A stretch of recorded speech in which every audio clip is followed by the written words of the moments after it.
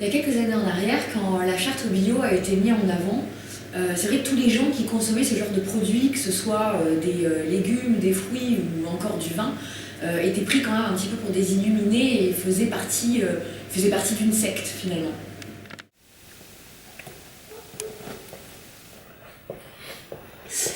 Ah, cousin, viens. Alors, Ah, t'as quoi aujourd'hui? aujourd'hui, mon pote, c'est quoi? J'ai des carottes bio local, qu'est-ce qu'il y a? Qu'est-ce que t'as, toi? Moi, j'ai du pinard en biodynamie. La biodynamie, de toute façon. Ah, tiens, les carottes. Ah, ok, ça le fait. Allez, à plus, mon frère. Et certains produits œnologiques en fait sont quand même autorisés dans la cave, donc pendant la vinification.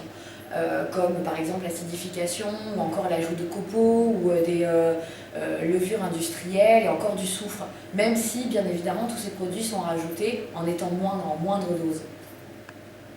Alors, ma petite mimine, on a déjà acidifié, on a collé, on a mis du sucre. Qu'est-ce qui nous manque, ma petite mimine? Eh oui, il nous manque la levure industrielle. Hop, on met avec le paquet, mimine? Oui, on s'en fout. C'est tellement dégueulasse de toute façon. Qu'est-ce qui nous manque aussi, ma mimine? Il nous manque les copeaux de bois. Eh oui. Oh. Hop. C'est du bon pinard, ma mimine, qu'on va faire. Le bio, en fait, l'agriculture biologique, ça devrait être la base si on veut vraiment faire du vin de terroir.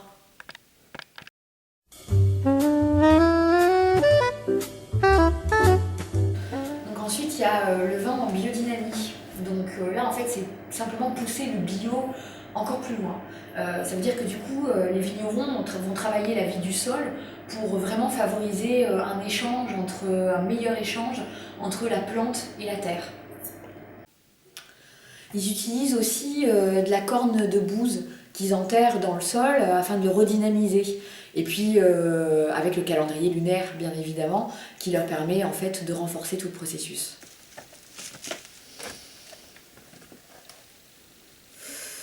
Mais tu fous quoi, là? Tu vois pas que je suis en concordance avec la lune, là, franchement. Bon. Elle me dicte d'aller enterrer la corne de vache, là-bas, au 3e caillou. Va!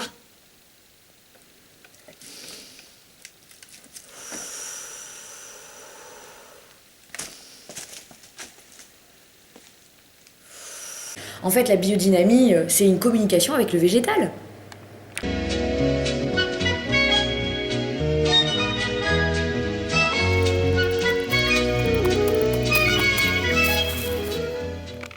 C'est pas ça, le vin nature? Non, en fait, le vin nature, ça pousse le schmilblick encore plus loin.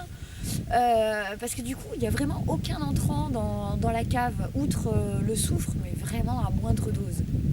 En fait, le vin nature n'a pas de label, c'est pas représenté, mais il y a une poignée de vignerons qui s'est regroupée, qui ont créé une association qui s'appelle l'association des vins naturels.